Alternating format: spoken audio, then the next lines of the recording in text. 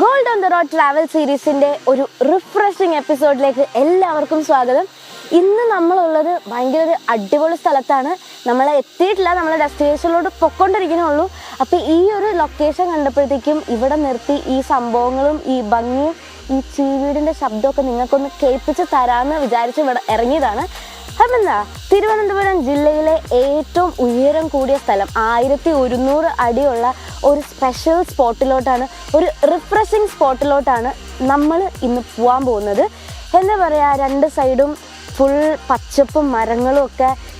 വലിയ വെയിലൊക്കെ വന്നാൽ കൂടെ ഇതിൻ്റെ ഉള്ളിലോട്ട് വരാൻ കുറച്ച് പാടാണ്. അതുപോലെയാണ് രണ്ട് സൈഡിലും മരങ്ങളൊക്കെ നിൽക്കുന്നത്. കഴിഞ്ഞ 2 തവണ ഞങ്ങളിവിടെ വന്നപ്പോഴും ഞങ്ങൾക്ക് ഇവിടെ കയറാൻ പറ്റിയില്ല. ഫസ്റ്റ് ടൈം കൊറോണ ആയിരുന്നു. രണ്ടാമത്തെ തവണ വന്നപ്പോഴത്തേക്ക് ഇവിടെ എന്തോ പാലമണി സംഭവങ്ങളൊക്കെ നടക്കുമായിരുന്നു, അതുകൊണ്ട് ഞങ്ങൾക്ക് കയറാൻ പറ്റിയില്ല. അപ്പോൾ ഒന്നി പഴച്ചാൽ മൂന്നിലെന്നാണല്ലോ. അപ്പം ഞങ്ങളെല്ലാവരും ആ ഡെസ്റ്റിനേഷനിലോട്ട് പൊയ്ക്കൊണ്ടിരിക്കുകയാണ്.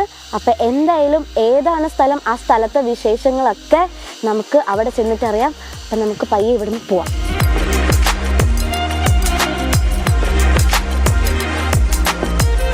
അപ്പം ഞാൻ 1100 അടി ഉയരത്തിലുള്ള ഒരു സ്പെഷ്യൽ സ്പോട്ടാണ്, തിരുവനന്തപുരത്ത് ഏറ്റവും ഹൈറ്റ് കൂടിയ ഒരു സ്പോട്ടാണെന്ന് പറഞ്ഞപ്പോൾ മിക്കവർക്കും തിരുവനന്തപുരംകാർക്കൊക്കെ മിക്കവർക്കും മനസ്സിലായിട്ടുണ്ടാവും ഞാൻ എങ്ങോട്ടാണ് പോണേന്ന്. അപ്പോൾ അറിയാൻ പാടില്ലാത്തവർക്കായി ഞാൻ കാണിച്ചു തരാം. നമ്മൾ ഇന്ന് പോകാൻ പോകുന്ന ഡെസ്റ്റിനേഷൻ പൊന്മുടിയിലോട്ടാണ് നമ്മൾ പോണത്. എന്താ പറയുക, ഭയങ്കര രസമാണ് ഈ ഓരോ വഴി ഇങ്ങനെ കയറി പോകാൻ. നമ്മൾ ഈ പിക്ചറൊക്കെ വരയ്ക്കുമ്പോഴത്തേക്ക് സീനറിയിലൊക്കെ കാണുന്ന പോലത്തെ സംഭവങ്ങൾ നമ്മൾ നേരിട്ട് എക്സ്പീരിയൻസ് ചെയ്തുകൊണ്ടിരിക്കുകയാണ്. നമ്മൾ ശരിക്കും പറഞ്ഞാൽ 22 ഹെയർ പിൻസ് ഉണ്ടെന്ന് പറഞ്ഞു. 11ാമത്തെ ഹെയർ പിന്നിലാണ് നമ്മളിപ്പോൾ നിൽക്കണേ. ഇനിയും 11 ഹെയർ പിന്നും കൂടി കയറിയിട്ട് വേണം നമുക്ക് പൊന്മുടിയിലെത്താനായിട്ട്. അപ്പോൾ എന്തായാലും പൊന്മുടിയിലോട്ടാണ് നമ്മൾ പോകാൻ പോകുന്നത്. അപ്പോൾ ജസ്റ്റ് വെയിറ്റ് ആൻഡ് വാച്ച്. ഇങ്ങോട്ടല്ലല്ലോ, അങ്ങോട്ടല്ലേ. ബൈ.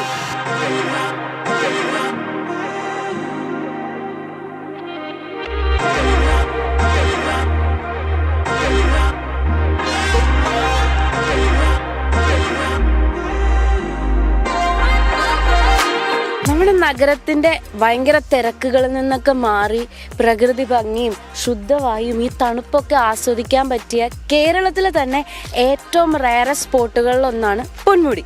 പിന്നെ എന്താ പറയുക, ഇവിടുത്തെ സീസൺ എന്ന് പറയുന്നത് സെപ്റ്റംബർ മുതൽ മാർച്ച് വരെയാണ് ഇവിടുത്തെ മെയിൻ ടൂറിസ്റ്റ് സീസൺ എന്ന് പറയുന്നത്.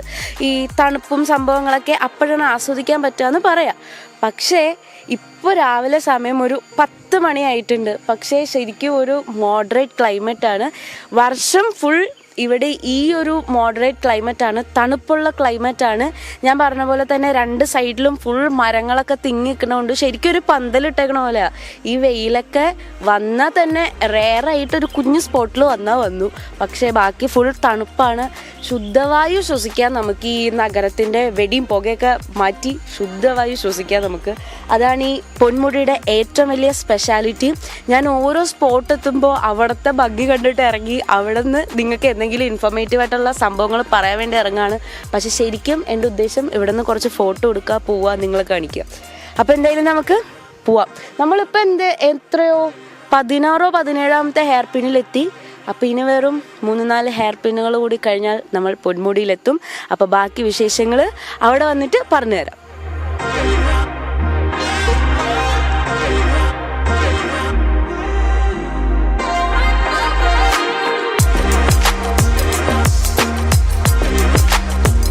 അങ്ങനെ 22 ഹെയർ പിന്നുകൾ കഴിഞ്ഞ് നമ്മൾ പൊന്മുടിയിലെത്തി നിൽക്കുകയാണ്. ഈ തിരുവനന്തപുരത്തെ തന്നെ ഏറ്റവും ഉയരം കൂടിയ ഒരു മലമുകളിൽ അല്ലെങ്കിൽ ഉയരം കൂടിയ ഒരു സ്പോട്ടിൽ നമ്മൾ എത്തി നിൽക്കുകയാണ്, പൊന്മുടിയിലെത്തി നിൽക്കുകയാണ്. പൊന്മുടി എക്കോ ടൂറിസത്തിൽ വന്നിരിക്കുകയാണ്. ഇവിടെ എന്താ കുറേ കുന്നും മലകളും. ഇപ്പം നമ്മൾ വരണ വഴിക്കാണെങ്കിൽ തന്നെ 22 ഹെയർ പിന്നുകൾ ഉണ്ടെങ്കിൽ ആ 22 ഹെയർ പിന്നിനും ഡിഫറെൻറ്റ് കാഴ്ചകളാണ്, ഡിഫറെൻറ്റ് സീനറീസാണ് നമുക്ക് കാണാൻ പറ്റുക. ഓരോ സ്പോട്ടിലും നിന്ന് നമുക്ക് എന്താ പറയുക 22 ഡിഫറെൻറ്റ് ഫോട്ടോസ് അല്ലെങ്കിൽ ഡിഫറെൻറ്റ് സ്ഥലത്ത് നിൽക്കുന്ന പോലത്തെ ഫോട്ടോസ് നമുക്ക് കിട്ടും. ഈ ഹെയർ പിന്നിൽ ഇറങ്ങി നമുക്ക് ഫോട്ടോ എടുത്താൽ അത്ര മനോഹരമായിട്ടുള്ള സീനറീസാണ്. നമുക്ക് ഒരു സൈഡിൽ നമ്മുടെ താഴത്തെ വഴിയും മഞ്ഞും സംഭവങ്ങളൊക്കെ കാണാം, എന്താ പാറക്കെട്ടുകൾ സംഭവങ്ങളൊക്കെ കാണാം. അപ്പോൾ എന്തായാലും നമ്മൾ നമ്മുടെ ഡെസ്റ്റിനേഷനിലെത്തി. ഇനി ഇവിടുത്തെ ബാക്കി വിശേഷങ്ങളും കാര്യങ്ങളൊക്കെ നമുക്ക് അങ്ങോട്ടും ഇങ്ങോട്ടൊക്കെ പോയിട്ട് ആരോടെങ്കിലുമൊക്കെ ചോദിച്ചിട്ട് മനസ്സിലാക്കാം.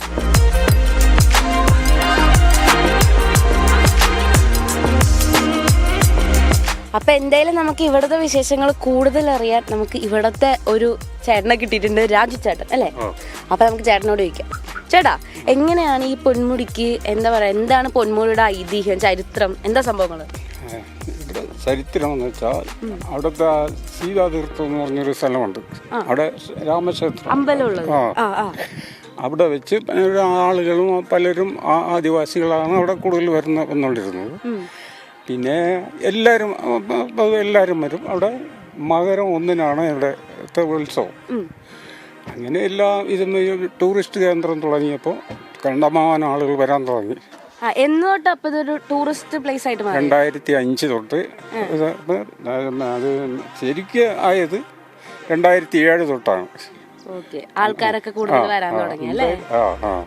പിന്നെ പല പല പ്രശ്നങ്ങളൊക്കെ വന്നാലും ഇവിടെ ഉള്ളവര് അങ്ങനെ അത് കണക്കാക്കില്ല. അവരെ പറഞ്ഞ് മനസ്സിലാക്കി വിടും.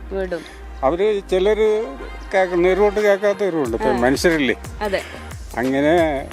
ഇവിടെ എന്താ മെയിൻ ആയിട്ട് കാണാൻ പറ്റിയ സ്പോട്ടുകൾ പൊന്മുടിയില്?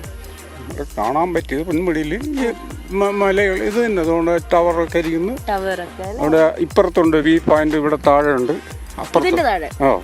ഈ റോഡ് അങ്ങ് ചെന്നിട്ട് താഴെ അവിടെ ഒരു ടവർ ഉണ്ട്, താഴെ കുറച്ച് വ്യൂ പോയിന്റ് ഒക്കെ ഉണ്ടെന്നാണ് രാജേട്ടൻ പറയണത്. പിന്നെന്താ ഇവിടെ ഈ വരയാടിന്റെ സംഭവം വെച്ചിട്ടുണ്ടാ എന്താ സാധനം? ഈ വരയാടെന്ന് പറയണത് ഒരു 12 കിലോമീറ്ററിന് അപ്പുറത്താണ്.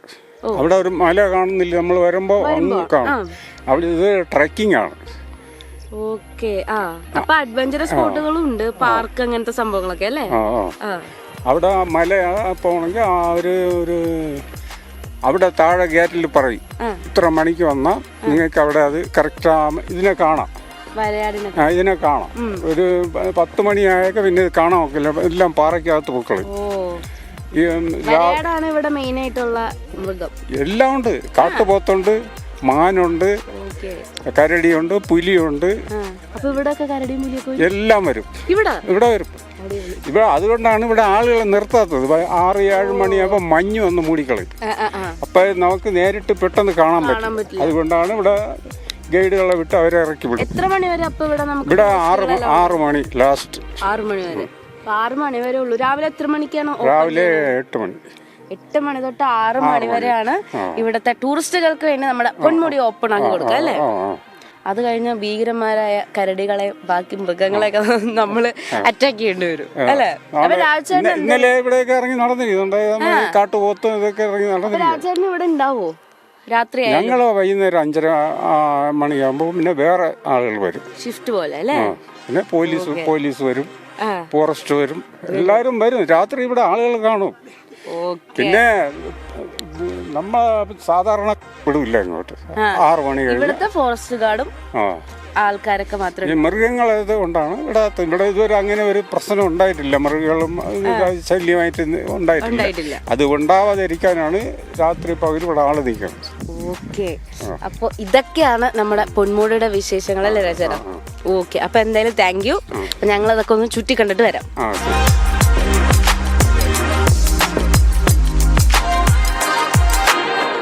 അപ്പൊ നമ്മള് ഇവിടുത്തെ ഏറ്റവും ഹൈറ്റ് കൂടിയ ഒരു വ്യൂ പോയിന്റിലോട്ടാ പോകുന്നത്.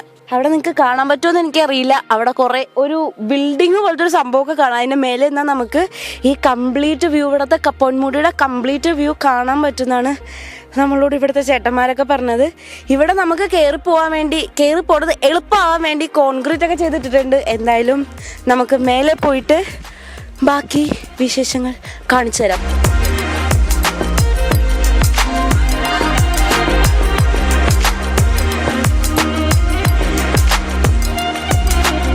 അപ്പോൾ അങ്ങനെ നമ്മൾ നമ്മുടെ ഡെസ്റ്റിനേഷനായ വ്യൂ പോയിന്റിൽ എത്തിയിരിക്കുകയാണ്. എത്ര കഥപ്പുണ്ടെന്ന് പറഞ്ഞാലും ഈ മേലെ വരുമ്പോൾ ഒരു തണുത്ത കാറ്റും കുറച്ചധികം കോടമഞ്ഞുകളൊക്കെ ഉണ്ട്.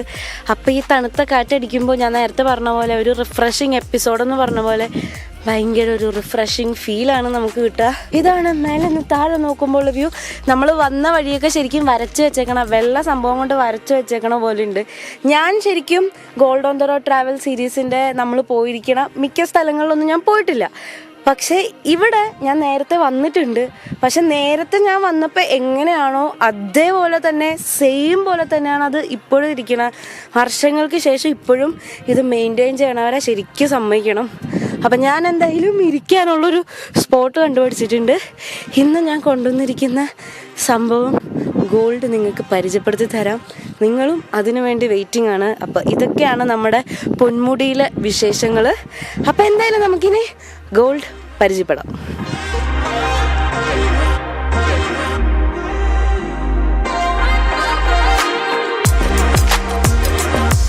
യെസ്, അപ്പോൾ ഒരു പാറപ്പുറത്തൊക്കെ ഇരുന്ന് നിങ്ങൾക്ക് ഇന്നത്തെ ഐറ്റം പരിചയപ്പെടുത്തി തരാമെന്ന് വിചാരിച്ചു. അപ്പോൾ ഇന്ന് ഞാൻ നിങ്ങൾക്ക് പരിചയപ്പെടുത്താൻ കൊണ്ടുവന്നിരിക്കുന്നത് കുറച്ച് ഡയമണ്ട് ബാംഗിൾസ് ആണ്. നമ്മുടെ എപ്പിസോഡിൽ എപ്പോഴും നമ്മൾ ഡയമണ്ട് റിങ്സ് കാണിക്കാറുണ്ട്, ഇയറിങ്സ് കാണിക്കാറുണ്ട്, പെൻഡൻറ്റ് കാണിക്കാറുണ്ട്. അപ്പോൾ ഇന്ന് നമ്മുടെ കസ്റ്റമേഴ്സിൻ്റെ എൻക്വയറി അനുസരിച്ചിട്ട് നമ്മൾ കുറച്ച് ഡയമണ്ട് ബാംഗിൾസ് ആണ് കാണിക്കുക. എന്താ പറയുക, നമുക്ക് നമ്മുടെ ഗേൾ ഫ്രണ്ട്സിനെ ഇംപ്രസ് ചെയ്യിക്കാൻ പറ്റിയ കസ്റ്റമൈസ്ഡ് ആയിട്ടുള്ള ബ്യൂട്ടിഫുൾ ആയിട്ടുള്ള ബാംഗിൾസ് ആണ്. അപ്പോൾ ഓരോന്നോരോന്നായിട്ട് ഞാൻ കാണിച്ചു തരാം. ഫസ്റ്റ് ഞാൻ എന്താ പറയുക, ഈ നക്ഷത്രം ചന്ദ്രമാമനൊക്കെ വന്നിട്ടുള്ള ഒരു ബാംഗിളാണ്. ഈ ബാംഗിൾ സാധാരണ പോലെ ഫുൾ റൗണ്ട് ഷേപ്പ് ബാംഗിളല്ല, കുറച്ച് ഓവൽ ഷേപ്പ് പോലെയൊക്കെ വന്നിട്ട് കൊളുത്ത് വന്നിട്ടുള്ള ബാംഗിളാണ്. മിനി ബ്രേസ്ലെറ്റ് എന്നൊക്കെ വേണമെങ്കിൽ നമുക്ക് പറയാം. അപ്പോൾ ചന്ദ്രക്കലയും സ്റ്റാറൊക്കെ വന്നിട്ടുള്ള ഒരു ബാംഗിളാണ്. പിന്നെ വന്നിട്ടുള്ളത് മഴത്തുള്ളി ഷേപ്പിൽ വരുന്ന ഒരു ബാംഗിളാണ്. 3 മഴത്തുള്ളി ഷേപ്പിൽ ഡയമണ്ട് സ്റ്റോൺസ് ഒക്കെ വന്നിട്ടുള്ള ബ്യൂട്ടിഫുൾ ആയിട്ടുള്ള ഒരു ബാംഗിളാണ്. പിന്നെ വന്നിട്ടുള്ളത് ഹേർട്ട് ഷേപ്പിൽ വരുന്ന, എപ്പോഴും എല്ലാവരുടെയും കണ്ണ് പോകുന്നത്, അല്ലെങ്കിൽ ചേച്ചിമാരുടെ ചേട്ടന്മാരുടെ ഒക്കെ കണ്ണ് പോകുന്നത് ഈ ഹേർട്ട് ഷേപ്പിലുള്ള സംഭവങ്ങളിലാണ്. അപ്പോൾ ഹേർട്ട് ഷേപ്പിലുള്ള ഒരു ബാംഗിളാണ്. എല്ലാ ഹേർട്ട് ഷേപ്പിൻ്റെ സെൻറ്ററിലും റൗണ്ട് ഷേപ്പിൽ ഡയമണ്ട് സ്റ്റോൺസ് വന്നിട്ടുള്ള ഒരു ബാംഗിളാണ്. പിന്നെ എസ് ഷേപ്പ്, അല്ലെങ്കിൽ എസ് പോലെ ഇങ്ങനെ വളഞ്ഞിരിക്കുന്ന പോലത്തെ ഡയമണ്ട് സ്റ്റോൺസ് വന്നിട്ടുള്ള ബാംഗിളുണ്ട്. പിന്നെ ഇതിൽ ഏറ്റവും സ്പെഷ്യലായിട്ട് എനിക്ക് തോന്നിയത് വൈറ്റ് ഗോൾഡിൽ വരുന്ന ഡയമണ്ട് ബാംഗിളാണ്. ഈ ഗോൾഡിൻ്റെ സംഭവങ്ങൾ ഇഷ്ടമില്ലാത്തവർ എന്താ പറയുക, ഈ വൈറ്റ് ഗോൾഡ് പോലത്തെ സംഭവങ്ങളായിരിക്കും ഉപയോഗിക്കുക. അപ്പോൾ വൈറ്റ് ഗോൾഡിൽ വരുന്ന ബാംഗിൾസും, അതും ഡയമണ്ട് ബാംഗിൾസും നമുക്ക് അവൈലബിൾ ആണ്. മയിലിൻ്റെ ഡിസൈൻ വന്നിട്ടുള്ള ഡയമണ്ട് സ്റ്റോൺസ് അതിൽ നിറച്ച് വന്നിട്ടുള്ള ഒരു ബാംഗിളാണ്. എന്താ പറയുക, നമുക്ക് നമ്മുടെ കയ്യിലുള്ള പോക്കറ്റ് മണി അനുസരിച്ചിട്ട് വാങ്ങാൻ പറ്റിയ ബാംഗിൾസ് ആണ്. ഭയങ്കര വലിയ റേറ്റുള്ള ബാംഗിൾസ് ഒന്നും അല്ല, നമുക്ക് അഫോർഡബിൾ ആയിട്ടുള്ള റേറ്റുള്ള ബാംഗിൾസ് ആണ് നമ്മുടെ ഷോറൂമിൽ അവൈലബിൾ ആയിട്ടുള്ളത്. ഭയങ്കര വെയിലായതുകൊണ്ടാണ് ഞാൻ പറയുന്നതിന് കുറച്ച് എനർജി കുറവ് നിങ്ങൾക്ക് ഫീൽ ചെയ്യുന്നുണ്ടെങ്കിൽ, ഭയങ്കര വെയിലായതുകൊണ്ടാണ്, ക്ഷമിക്കണം. അപ്പോൾ ഇതൊക്കെയാണ് നമ്മുടെ ഷോറൂമിലെ ബാംഗിൾസ്. അപ്പോൾ നമുക്ക് നമ്മുടെ ഷോറൂമുകളുള്ളത് നെടുമങ്ങാട്, നെയ്യാറ്റിൻകര, കൊട്ടാരക്കര, കരുനാഗപ്പള്ളി എന്നിവിടങ്ങളിൽ പെരേപ്പാടൻസ് ഗോൾഡ് പാർക്ക് എന്ന പേരിലും, കണ്ണൂർ പയ്യന്നൂരിൽ കല്ലറക്കൽസ് ഗോൾഡ് പാർക്ക് എന്ന പേരിലാണ് നമുക്ക് നമ്മുടെ ഔട്ട്ലെറ്റ്സുകളുള്ളത്. അപ്പോൾ എന്താ പറയുക, വെറൈറ്റി കളക്ഷൻസും എല്ലാം നമ്മുടെ ഷോറൂമിൽ അവൈലബിൾ ആണ്. എല്ലാവരും വേഗം നമ്മുടെ ഷോറൂമിലോട്ട് വരിക. പിന്നെ മെയിനായിട്ടും ഈ സ്ഥലവും വന്ന് എക്സ്പീരിയൻസ് ചെയ്യേണ്ട ഒരു സ്ഥലമാണ്. തിരുവനന്തപുരത്തെ ഏറ്റവും ഹൈറ്റ് കൂടി 1100 അടി ഹൈറ്റുള്ള ഒരു സ്ഥലത്ത് നിന്നാണ് ഈ ഡയമണ്ട് ബാംഗിൾസ് നിങ്ങൾക്ക് ഞാൻ പരിചയപ്പെടുത്തി തന്നത്. അപ്പോൾ അടുത്തൊരു എപ്പിസോഡിൽ വേറെ ഒരു സ്ഥലം, വേറെ ട്രെൻഡ്, വേറെ ട്രഡീഷൻ, വേറെ ടേസ്റ്റ്, വേറെ കൾച്ചറൊക്കെ നിങ്ങൾക്ക് പരിചയപ്പെടുത്തി തരുന്നതായിരിക്കും. നമ്മുടെ ചാനലിൻ്റെ അപ്ഡേറ്റ്സ് കിട്ടാനായിട്ട് ചാനൽ ലൈക്ക് ചെയ്യുക, ഷെയർ ചെയ്യുക, സബ്സ്ക്രൈബ് ചെയ്യുക. Kallarakkal's gold park Payyanur. Our sister concern, Perepardens Gold Park, Neyyatankara, Nedumangad, Karunagapalli, Kottarakara and Thrissur.